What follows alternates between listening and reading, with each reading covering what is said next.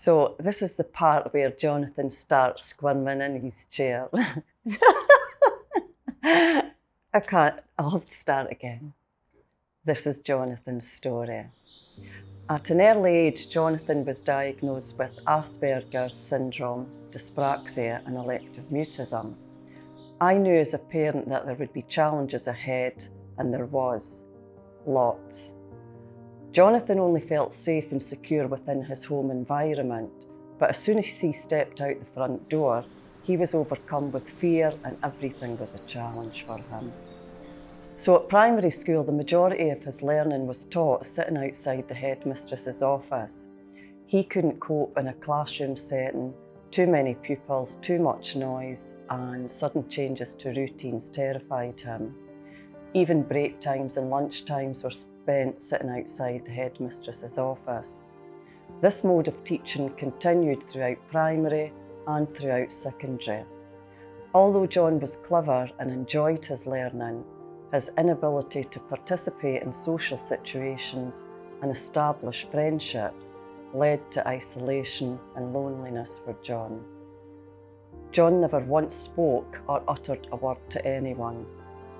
He was only ever comfortable speaking with myself. He used hand gestures, facial expressions, and scribbled on notes of paper to communicate. He found solace and comfort in a piece of blue tack that he would fidget with every day to help him with his anxiety and keep him calm. And as the days went into months and then years, this piece of blue tack got bigger and bigger and bigger. It ended up the size of a football and just about needed its own transportation system to carry it around. But it got John through his education. After leaving school in 6th year, still with the blue tack in tow, he spent the next 3 years at college, still socially isolated, crippled with anxiety and trapped by his mutism. It was then I questioned what the future would be for Jonathan.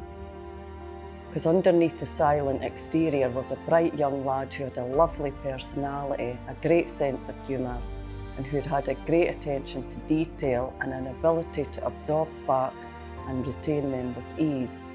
I knew he would be a great asset to any employer, but this was all hidden and nobody ever saw these qualities. Only I knew Jonathan had a voice, but his anxiety was so crippling he was unable to use it. After a failed attempt to secure a place on Project SEARCH through his inability to speak, he was encouraged to try again with the aid of a language device that he could use to get him through the interview process. He didn't need it though.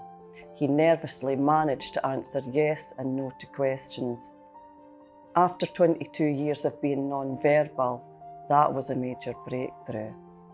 And I'm not ashamed to say that a mega pint of wine was consumed by me upon hearing that news that night.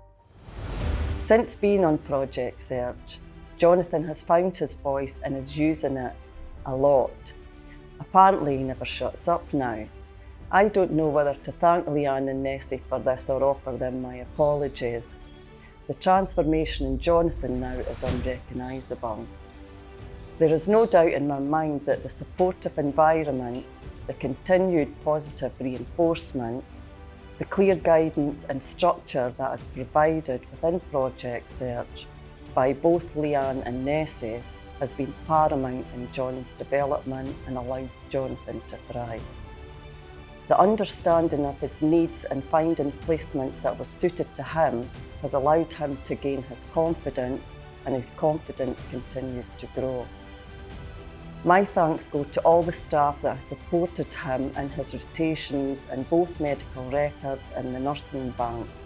They have all taken Jonathan under their wing and recognised his abilities, whilst also recognising his limitations as well.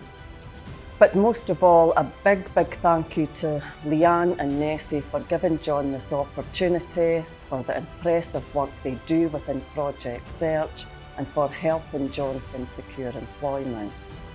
I am delighted to say that Jonathan is now employed within the nursing bank in an administrative role. A reliable source has even said that Jonathan is now answering telephone inquiries. This is surprising because he doesn't even answer his phone to me. So now that John's been rumbled, I wonder if he'll answer the phone to me tonight.